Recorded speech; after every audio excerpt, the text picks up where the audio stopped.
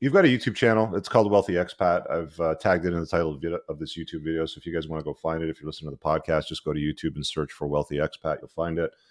He's got some good content on there. I've watched a bit of it. I am subscribed to the channel as well. Can you kind of give people like the Batman origin story on how you got interested in this area of business? Because I mean, you've been doing this for how long now? Well, Wealthy Expat has been running for 1 year, but I've been doing it personally for myself, moving to tax-free countries, lowering taxes for about 3.5 years when I started seriously making some money, or at least paying a tax bracket over 30% in the US.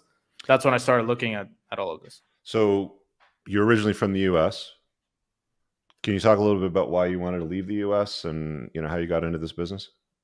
For sure. I'm from Puerto Rico, which is actually a tax-free place. A lot of Americans move to Puerto Rico, even though I don't really recommend it. It fits for some types of individuals and some types of families. For most people, they won't enjoy living in an island.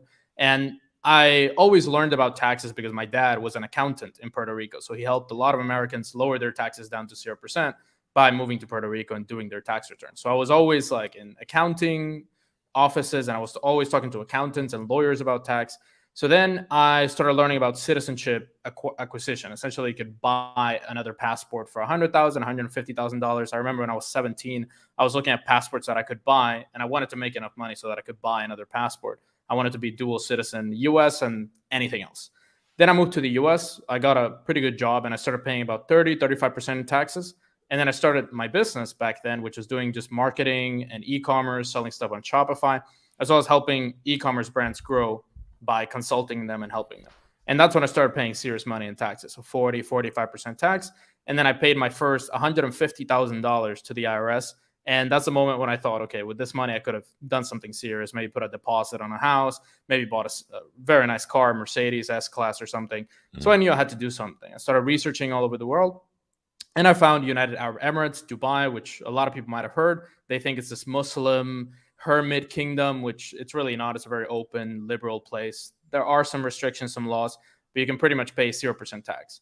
And there's also about 10 or 15 other places around the world and a lot more options that you can use to reduce your taxes completely legally. So we're not talking about tax evasion or hiding anything or producing forged documents. It's all legal. And a lot of people started asking me, how did I lower my tax to zero? And then I started telling them and helping them through the process. And I realized that this could be an actual business. And the current people that are doing this in the space, they're not that effective, to be frank. So they do provide good information on YouTube, but when it comes to the actual process behind that, they help the client. It takes 1 year to do a process that should take 3 or 4 months. So I wanted to take all those clients that are usually very wealthy. If you're paying 40-50% tax, it means you're making serious money. So you want the fastest, least hassle process possible, and that's what we help them with now. And when you moved from Puerto Rico to the US, which state did you go to? New York, one of the highest tax. Okay. Like, did you ever think maybe it might be better to go somewhere with a lower tax rate, like another state, or it was just like I don't have any interest in the US at that point? It was both. I mean, you can lower your tax by 8 to 12% on the high end if you move to a tax-free state, like, for example, Florida, which a lot of people are moving to, Texas, which a lot of people are moving to. But it was also, I didn't want to live in the US. And a lot of my beliefs in life about freedom, about being a nomad around the world, exploring many different places, also about the social laws, how you talk about, people get absolutely destroyed when they get divorced in the US. And all these rules and all these laws, I started analyzing them compared to other countries. And I found more freedom in places that people typically think are dumps. Like, for example, UAE, Dubai, or countries in Eastern Europe, which obviously now you can't live there, but a lot of countries there. Or just countries in general where I spent like 1 month, 2 months. I was 5 months in Thailand, enjoying the amazing weather. So overall, I've created this life where I can pick where I go. As a U.S. citizen, you need to be extremely careful. So that's what I learned the hard way. You have a U.S. passport, you need to pay taxes no matter where you go. But if you're Canadian, UK, Australia, whatever, you can pretty much just move to another place, set up a base there, pay zero tax, and not have to deal with the nonsense of your home country, which is what I wanted to get away from. I get a lot of guys that ask me about that idea of, where's a good place to live that's friendly to fathers in case the marriage doesn't work out. So since you brought that up, have you looked into that with different countries? Are there countries and laws that you found that don't destroy fathers in family court if they end up getting divorced? Yeah, they're typically not the usual ones that people move to. So, for example, all the big English-speaking country like U.S., Canada, Australia, New Zealand, you're pretty much screwed. A lot of countries in the European Union, pretty much screwed. I mean, it's 50%. She can take everything, or she can take most. Most of them will be less developed or Muslim countries. So, for example, Dubai and the UAE, all you really need to pay is like 3 months maintenance. So, if you get divorced, all you need to pay is like 3 months after you get divorced, 3 monthly payments of like $2,000, which compared to the US, you'll pay, I don't know, 2 million if you're worth 4. Here, you pay $6,000 and you're gone. And a lot of countries in Eastern Europe as well. That's why people typically look to get like a Russian wife, because you can't really be screwed in that way by a Russian. Is there also ex-wife. a division of assets in Arab countries like UAE or Dubai where you have to split your assets with your ex? No, it's more of analysis of whose assets are whose, and then those people maintain those assets at the end. I see. Okay. Let's talk about Puerto Rico for a little bit, because I've mentioned Puerto Rico before. They have these acts, Act 2022, I think they're called. We have at least one member of the community that's moved from mainland United States to Puerto Rico to take advantage of the tax benefits because he was in crypto. Can you talk a little bit about like the actual experience, the state of living in Puerto Rico? Because I've heard like horror stories from people that say things like electricity isn't reliable, the road infrastructure is difficult. If you don't speak Spanish, it's harder to move around, sort of thing. Like, what's the reality of the average guy that's like, oh, I can move to Puerto Rico, it's very easy, and take advantage of tax savings, especially on crypto? You nailed it. You pretty much nailed it. Those are the biggest cons of Puerto Rico. I would say the crime is quite high compared to the US.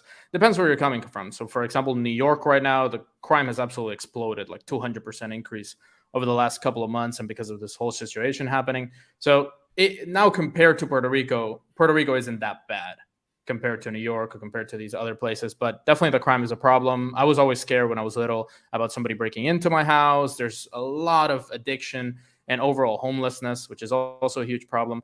But I would say it's hard to adapt because you're decreasing your quality of life significantly.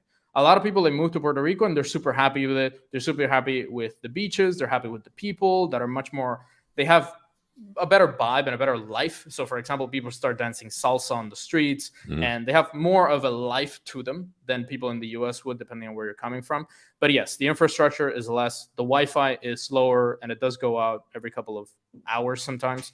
The electricity can be gone for 1 or 2 days. During the hurricane, the electricity was gone for months.